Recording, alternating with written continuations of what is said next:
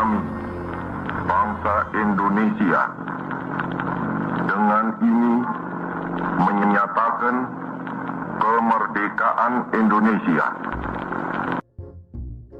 Itulah dia, siapa lagi kalau bukan Soekarno, lantang, berani, memproklamasikan kemerdekaan Indonesia.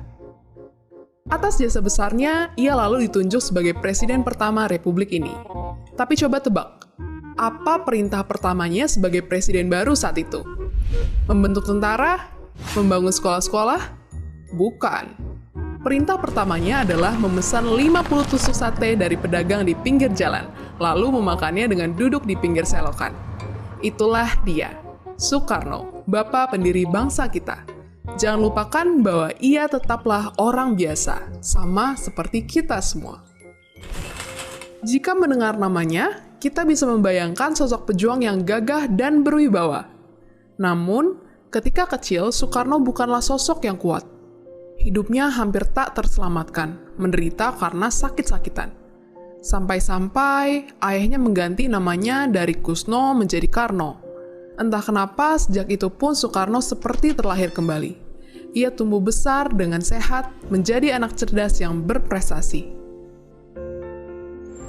Beranjak remaja, merantaulah anak cerdas itu ke Bandung untuk belajar di sekolah teknik sipil. Ia lulus menjadi bumi putra ketiga yang menjadi insinyur kala itu.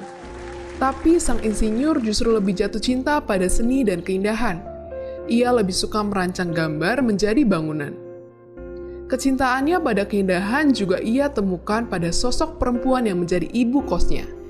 Inggit Garnasih namanya. Mereka menikah lalu berdampingan merintis perjalanan awal Soekarno sebagai pejuang revolusi. Tahun-tahun berikutnya diisi Soekarno dengan perjuangan. Sebagai murid Cokro Aminoto, Soekarno akrab dengan dunia aktivis dan dunia tulis-menulis di surat kabar.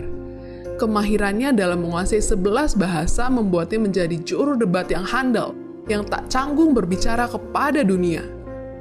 Ia lalu mendirikan partai menggalang kekuatan rakyat hingga ditangkap karena dianggap memberontak dan dijebloskan ke penjara berkali-kali.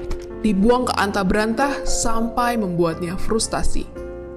Pada satu titik, ia hampir putus asa. Api itu perlahan meredup. Jika bukan tanpa Inggit, Soekarno mungkin sudah menyerah. Tapi tidak. Dengan dukungan sang istri yang rajin mengirimkan surat dari kerabat dan rekan perjuangan, api itu kembali menyala.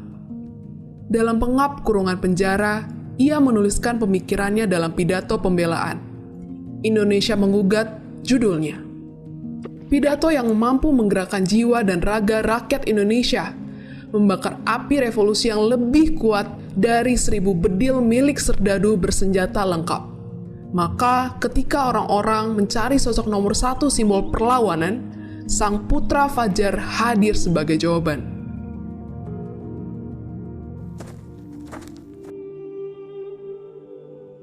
Berbicara tentang Soekarno tidak akan ada habisnya.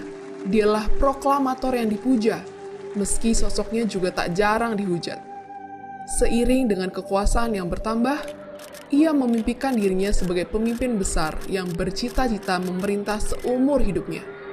Kemauan kerasnya itu memaksa ia harus mengambil jalan yang berbeda, meninggalkan kawan, sahabat, bahkan kekasih yang ia cintai. Pada akhirnya, impian itu tidak pernah terjadi. Pemimpin besar itu justru pergi dalam sunyi. Ia meninggalkan jejak sebagai simbol perlawanan, pahlawan kemerdekaan. Ia sosok yang wajahnya akan selalu melekat pada dinding-dinding rumah. Dan tentu saja, hati kita semua.